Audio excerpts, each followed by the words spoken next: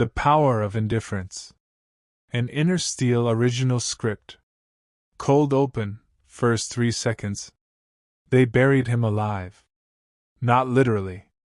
But when the Roman Emperor Domitian exiled the Stoic philosopher Epictetus, stripped him of his status, banned his teachings, and had his followers hunted, the message was clear. Disappear. Break. Bow. Epictetus smiled. Not a smile of weakness. Not a smile of performance. The smile of a man who had already decided, years before this moment, that the world's opinion of him was not his problem. He had been a slave once, an actual slave, owned by a cruel master who once twisted his leg until it snapped. Epictetus looked up at the man and said calmly, "You are going to break it." The master kept twisting. The bone cracked. Epictetus said, "Did I not tell you?" That is indifference. Not coldness. Not numbness. Not the absence of feeling. It is the radical, iron-willed decision to place your inner life beyond the reach of anything that happens outside of it. That is what this is about. Main introduction. Most men are controlled. Not by governments. Not by enemies. Not by circumstance. They are controlled by the need to be understood, the need to be liked, the need to be validated by people who are still figuring out their own lives. They live in a state of permanent agitation, watching faces for approval, refreshing feeds for reactions, interpreting silences as judgments. Every comment lands like a verdict. Every ignored message feels like rejection. Every setback becomes evidence that the world is against them. This is not living. This is auditing. The man who has mastered indifference lives differently. Not because he feels nothing, but because he has chosen what will, and what will not have access to him. He has built a wall, not to keep the world out, but to keep himself in. To keep himself whole. To keep himself clean. This is a rare ability. It is not given. It is forged. And what forges it is the same thing that forges everything worth having: pressure, time, and the conscious decision to remain unmoved. If you are watching this and something in your life is draining you, someone's opinion, a repeated failure, a relationship that chips away at you every day, stay with me. Because what you are about to learn is not theory. It is the operating system of every great man who ever lived. Subscribe to Inner Steel if this channel has ever given you something real. The work continues here. Now let's go. Point 1. The enemy is attention, not pain. The first thing you must understand is this: the wound doesn't hurt as much as the attention you give the wound. Pain is neutral. Pain is data. When you touch fire, your hand pulls back. That is pain doing its job. But when a man insults you in a meeting, when a woman you loved leaves without explanation, when a business you built collapses overnight, the pain of the event itself is brief. What extends it, what turns it into something that follows you for months and years, is the attention you pour into it. The reviewing. The replaying. The rehearsing of what you should have said, what they really meant, whether you deserved it. You are not suffering from what happened. You are suffering from your relationship with what happened. Marcus Aurelius knew this. He was the most powerful man on earth, Emperor of Rome, commander of the largest army in the known world, and yet, his private journals, which he never intended to be read, reveal a man in constant battle. Not with foreign enemies. With his own tendency to be affected. He wrote to himself, "You have power over your mind, not outside events. Realize this, and you will find strength." He wrote it more than once. Because it is not a lesson you learn once. It is a practice. Every day, the mind reaches for what hurt it.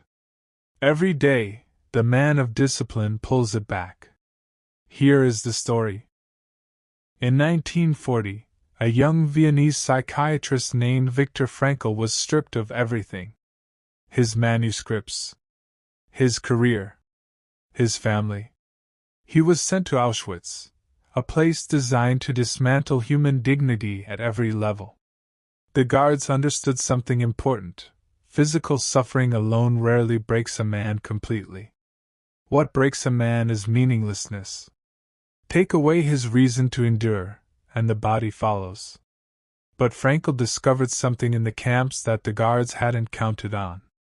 He noticed that men who had something inside, a purpose, an image, a reason, survived longer than men who were physically stronger but internally hollow. He watched one man die within 2 days of losing hope. He watched another survive months of horror because he was mentally rewriting a manuscript he'd had taken from him, composing it line by line in his head every night. Frankl later wrote, "Between stimulus and response there is a space. In that space is our power to choose our response. In our response lies our growth and our freedom. The enemy is not pain. The enemy is what you do with your attention after the pain arrives. Indifference is not refusing to feel. It is refusing to give permanent residence to temporary wounds." Point 2. Most opinions are projections. Here is something that will save you years of confusion. The people most aggressively invested in your failure are not reacting to you. They are reacting to themselves. When a man sees another man building, quietly, consistently, without seeking permission, it disturbs something in him. Not because your success threatens him practically, but because your discipline is a mirror. And some people cannot stand what they see when they look into it. This is why criticism often has nothing to do with the person being criticized. Consider the story of Nikola Tesla. By every rational measure, Tesla was one of the most brilliant men of the 19th and 20th centuries. His work on alternating current, on radio transmission, on early wireless technology, these were not incremental contributions. They were leaps that entire industries would be built on. And yet, for most of his life, he was mocked, dismissed, undermined. Thomas Edison, the man who employed him, ran a years-long campaign to discredit his work. Not because the work was wrong, but because it was better. Edison had invested his reputation, his finances, and his identity in direct current. Tesla's alternating current was a rebuke of everything Edison had built his empire on. Tesla once said, "The present is theirs. The future, for which I really worked, is mine." He was right. And he was indifferent. Not without feeling. Tesla was a deeply sensitive man. But he had drawn a line. The line was, "I know what I am doing. The world will catch up or it will not." That is the discipline of indifference applied to opinion. Not arrogance. Not dismissal. It is the quiet confidence of a man who has done the work and therefore does not require a committee to confirm the value of what he has built. Most opinions are projections. The man who tells you your dream is unrealistic is projecting his fear. The man who calls you arrogant for believing in yourself is projecting his insecurity. The man who dismisses your progress is projecting his stagnation. You do not argue with projections. You walk through them. And you keep going. Point 3. Silence is a weapon. There is a kind of power that most men never discover because they are too busy trying to explain themselves. Silence is not passivity. Silence is not weakness. Silence, deployed with intention, is one of the most destabilizing forces a man can bring into any situation. When a man who expected a reaction receives nothing, no anger, no defense, no justification, he has been denied the fuel he needed. The conflict dies before it starts. The samurai understood this completely. Miyamoto Musashi, the greatest swordsman in Japanese history, was also one of the most psychologically disciplined men ever documented. He arrived late to duels deliberately. Not because he was disorganized, but because he understood that making a man wait, making a man simmer in his own anticipation and anxiety, was as much a part of the fight as the sword itself. When he finally appeared calm and unhurried, his opponent was already destabilized. Musashi wrote in the Book of Five Rings, "The primary thing when you take a sword in your hands is your intention to cut the enemy, whatever the means. Whenever you parry, hit, spring, strike or touch the enemy's cutting sword, you must cut the enemy in the same movement. It is essential to attain this. If you think only of hitting, springing, striking or touching the enemy, you will not be able actually to cut him." He was talking about focus. About refusing to be pulled into reactions that dilute your power. The man who is always explaining is always defending. The man who is always defending has already conceded the frame. Let me give you a modern example. When Theodore Roosevelt was running for president in 1912, a man published a pamphlet claiming Roosevelt was a drunk. The pamphlet was printed, distributed. Momentum was building. Roosevelt's team wanted to sue, to respond, to release counter-evidence publicly. Roosevelt said, "We will not dignify it." He continued his campaign. Spoke to thousands. Won the popular vote. The pamphlet faded into irrelevance because it was never given the oxygen of his attention. Silence is a weapon. The indifferent man does not chase every accusation into the street to wrestle it in public. He allows silence to work on his behalf. Let people wonder. Let people interpret. Let people fill the vacuum with whatever they need to fill it with. Your job is not to manage the narrative. Your job is to know the truth and keep moving. Point 4. Detach from outcomes without detaching from effort. This is where most men misunderstand indifference, and it costs them everything.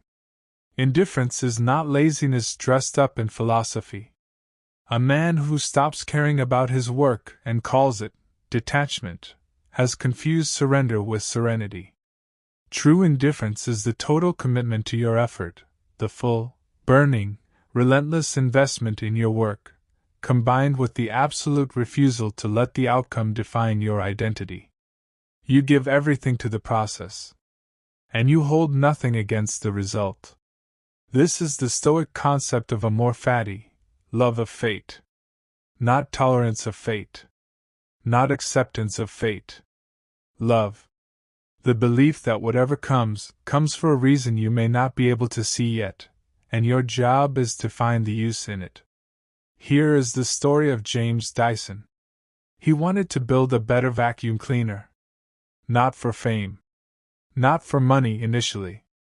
He was genuinely irritated that the technology was so poor. So he started building. He made a prototype. It didn't work. He made another. That didn't work either. He kept going. 5,127 prototypes later, he had what he was looking for. 5,127 failures. Each one had to be documented, analyzed, learned from, and released. If Dyson had identified with any single prototype, if his self-worth had been tied to prototype number 6, or 500, or 2,000, he would have stopped. The failure would have felt like a verdict on who he was. But he didn't stop. Because he had separated his identity from the outcome. He was committed to the process. The process was the thing. The result would come or it would not. And if it did not, he would make another prototype. This is the engine of mastery. The indifferent man does not work less hard. He works harder, because his effort is no longer contaminated by fear of failure. He is free to fail completely, which means he is free to learn completely, which means he is free to succeed when success is ready to arrive. Detach from outcomes. Never from effort. Point 5. Stop needing to be understood. This one will cut. The desire to be understood is one of the deepest human needs. And it is one of the most easily weaponized. The moment someone important to you withholds understanding, withholds agreement, empathy, validation, you become destabilized. You over-explain. You over-justify. You contort your actions and your words trying to fit yourself into a shape that someone else can comprehend and approve. And in doing so, you lose yourself. The man who needs to be understood will always be vulnerable to the person who pretends not to understand. Nikola Tesla spent years trying to get Edison to acknowledge the superiority of alternating current. He wrote letters. He requested meetings. He demonstrated results. Edison ignored him, dismissed him, publicly derided him. Tesla burned years of his prime on a man who had no intention of understanding, because understanding would have cost Edison too much. The moment Tesla stopped needing Edison's acknowledgement was the moment his work accelerated. Here is a different story, closer to home. There is a man, let's call him David, who built a business over 8 years. His family thought it was a hobby. His friends thought he was delusional. His wife, at one point, sat him down and told him he needed to get a real plan.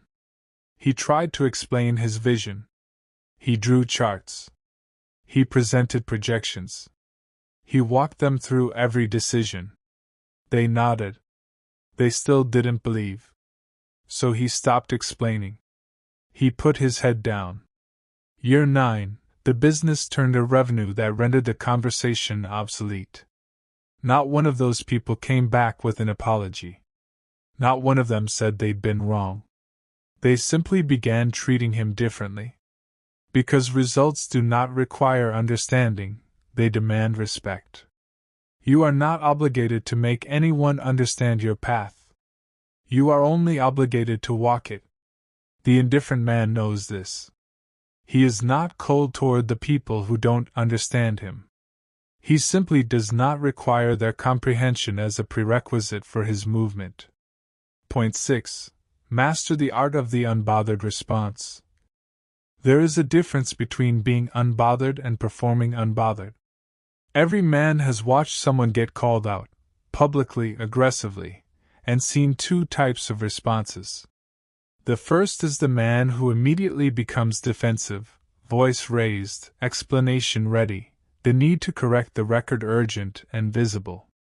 His agitation broadcasts that he was hit. The second is the man who pauses, who looks at the situation with something close to curiosity, who responds, if at all, with a measured calm that makes the aggressor feel suddenly out of place. The second man does not feel nothing. He has simply trained his nervous system to create space between stimulus and reaction. This is not a natural trait. It is a trained one. Seneca wrote extensively about this. He talked about the rehearsal of hardship, deliberately imagining worst-case scenarios not to catastrophize, but to desensitize. To sit with the image of loss until it loses its power to destabilize you. He called it premeditatio malorum, the premeditation of evils. By the time hardship arrived, Seneca had already lived through it 100 times in his mind. The shock was gone. What remained was the response. Here is a story. In 2004, Roger Federer was playing the Australian Open semi-final against Marat Safin. Safin was one of the most powerful players in the world, raw, physical, explosive. He had destroyed Leighton Hewitt in the previous round. During the match, Federer made several unforced errors. The crowd reacted. Safin was growing. Any sign of distress from Federer, any visible crack, and Safin would have closed the distance. Federer showed nothing. Not because he wasn't feeling the pressure, but because he had trained, literally trained, physically and mentally, to maintain the appearance of complete calm under extreme duress. He had worked with coaches on his facial expressions, his body language, his between-point rituals. He understood that composure was not just psychological, it was tactical. A composed opponent is harder to read, harder to exploit. He won that match. The unbothered response is not fake. It is not suppression. It is preparation. You train your reactions the way you train your muscles: repetition, discipline, and the willingness to be uncomfortable in practice so you can be steady in the moment. Subscribe to Inner Steel. This is the work. And there is more of it here. Point 7. Indifference to comfort is the path to power. Everything worth having is on the other side of discomfort. This is not a motivational slogan. It is a biological fact. The body adapts to stress. The mind adapts to challenge. Every system in the human organism is designed, at a fundamental level, to respond to difficulty by becoming more capable. Remove the difficulty, and the adaptation stops. The muscle atrophies. The mind softens. The will erodes. But we live in an era designed to remove difficulty at every turn. Faster delivery. Easier payment. Instant answers. Frictionless entertainment. The entire architecture of modern life is pointed in one direction: make it easier. And what this creates, at a biological and psychological level, is a generation of men who are technically more comfortable than any generation in human history, and more fragile. The indifferent man is indifferent to comfort. He does not seek it as a destination. He uses it when it arrives and lets it go when it leaves. Here is the story of Ernest Shackleton. In 1914, Shackleton sailed for Antarctica with a crew of 27 men on a mission to cross the continent on foot. His ship, the Endurance, became trapped in pack ice and was eventually crushed. The men were stranded on the ice with no rescue coming, hundreds of miles from civilization, in some of the most brutal conditions on Earth. Shackleton did not spiral. He did not panic. He looked at his men who were frightened, exhausted, hopeless, and he made a decision. We are going to survive. Not hope to survive. Survive. He organized routines. He maintained morale not through false optimism but through relentless, practical action. He led a 700-mile voyage in an open lifeboat through the Southern Ocean, one of the most dangerous stretches of water in the world, to reach South Georgia Island and mount a rescue. Every single man survived. When asked later how he maintained composure through 22 months of survival under those conditions, Shackleton was characteristically simple. He said, "Worry is not action." He did not use those exact words, but the essence was there, that the man who is comfortable complaining is a man who has stopped solving. Indifference to comfort is what kept him moving when every physical signal told him to stop. The cold was a condition, not a verdict. The suffering was temporary, not permanent. The discomfort was a price, and he paid it without complaint. Seek discomfort. Not because pain is noble, but because the man who can function in discomfort has access to ranges of capability that the comfortable man never reaches. Point 8. Other people's chaos is not your emergency. This is perhaps the most immediately practical lesson in this entire script. Most of the drama in your life did not originate with you. Someone else's anxiety became your problem.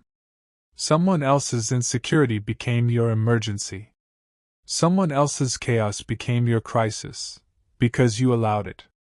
Because you were trained, somewhere along the way, to treat other people's emotional weather as a call to action. It is not. When someone escalates, when they raise their voice, when they send the long message, when they make the scene, they are, at some level, hoping you will match their energy. because that would confirm that their reaction was appropriate. It would make the escalation feel proportionate. Your calm response denies them that confirmation. And your involvement in their chaos, however good your intentions, only extends it. There is a concept in psychology called emotional contagion, the tendency for human beings to mirror the emotional states of those around them. It is why you feel anxious when you walk into a room full of anxious people, and calm when you walk into a room of settled people. Most men are completely unconscious of this. They absorb the emotional states of everyone around them and call it empathy. It is not empathy. Empathy is the ability to understand another person's emotional state. Contagion is the inability to maintain your own. Here is a story about President Abraham Lincoln. Lincoln governed through the bloodiest period in American history. The pressures on him were incomprehensible. Generals demanding more troops, politicians demanding contradictory things, a nation tearing itself apart at every level. The people in his cabinet were often in a state of barely contained hysteria. One of his secretaries, Edwin Stanton, was particularly volatile, prone to outbursts, ranting about crises, making extreme declarations. Lincoln had a method for dealing with this.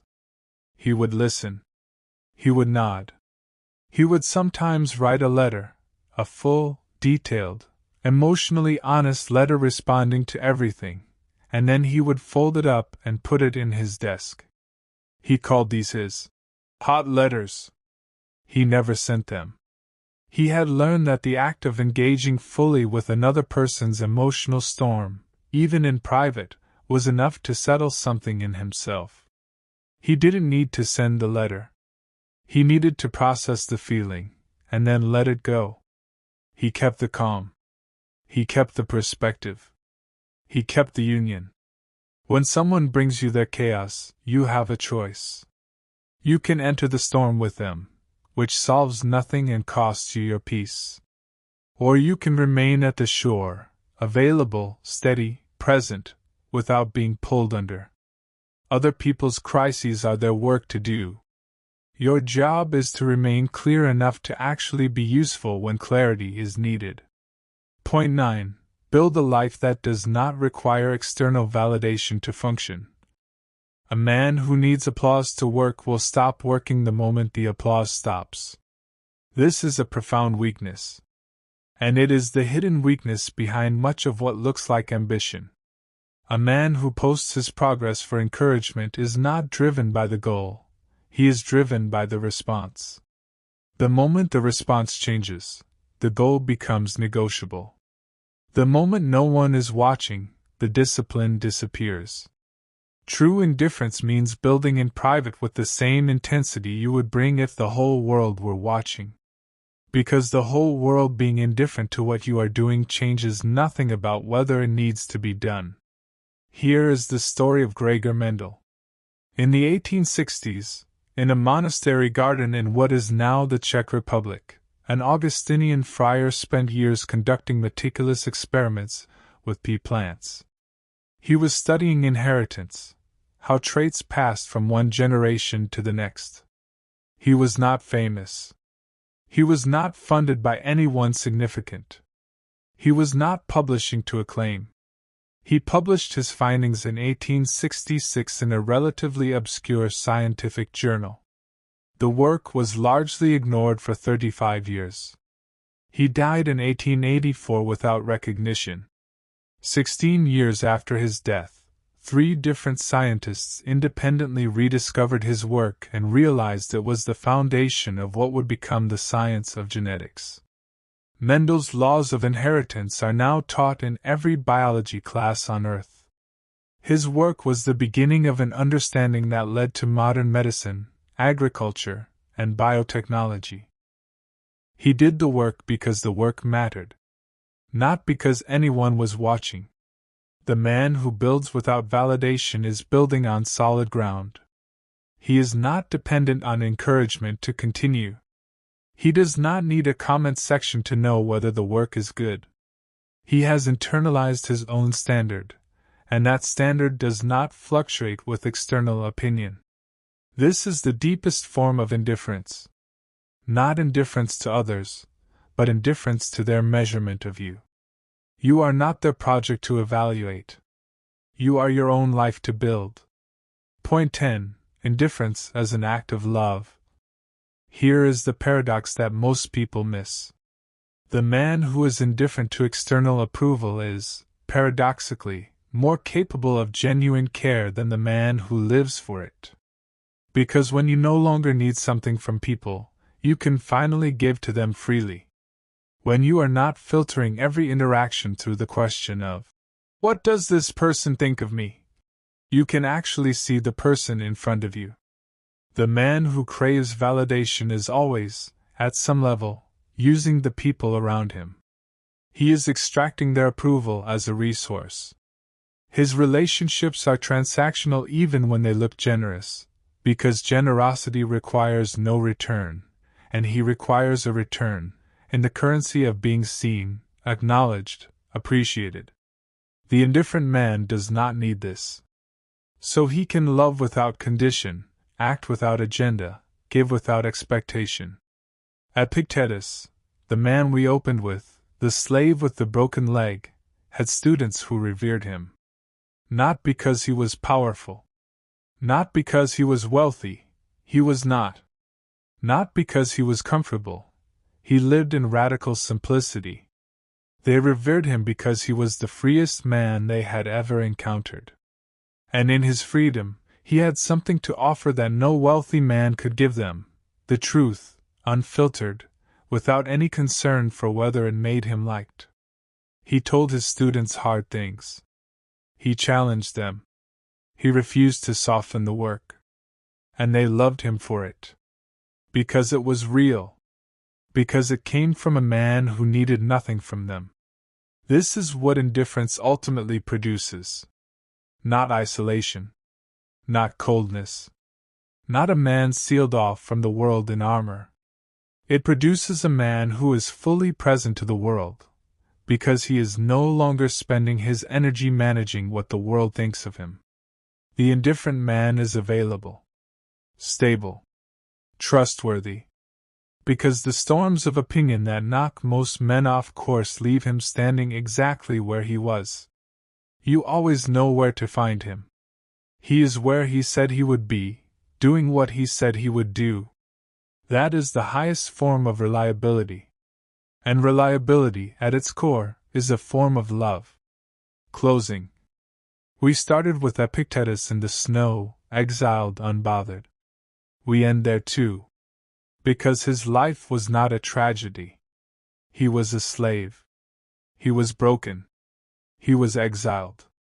And he became one of the most studied minds in human history. 2,000 years after his death, men are still reading his words, still sitting with his questions, still measuring themselves against the standard he set. Not because he was powerful. Because he was free. That is the promise of indifference. Not a life without feeling. Not a life without connection. A life without chains, chains made from other people's opinions, from the fear of failure, from the need to be understood and validated and applauded before you can begin. Begin without applause. Move without permission. Fail without apology. Return without announcement. The world will notice eventually. And if it doesn't, it won't matter, because you will have built something real, which is worth more than something admired. Build the inner fortress. Feed it with effort. Protect it with silence. Open it, when you choose, with love. That is inner steel. If this moved you, if something in this script landed somewhere real, subscribe to Inner Steel. This channel exists for men who are building something that most people around them cannot yet see. We do this work together, and we do it here. Stay unbothered. Stay dangerous. Stay building. See you next time.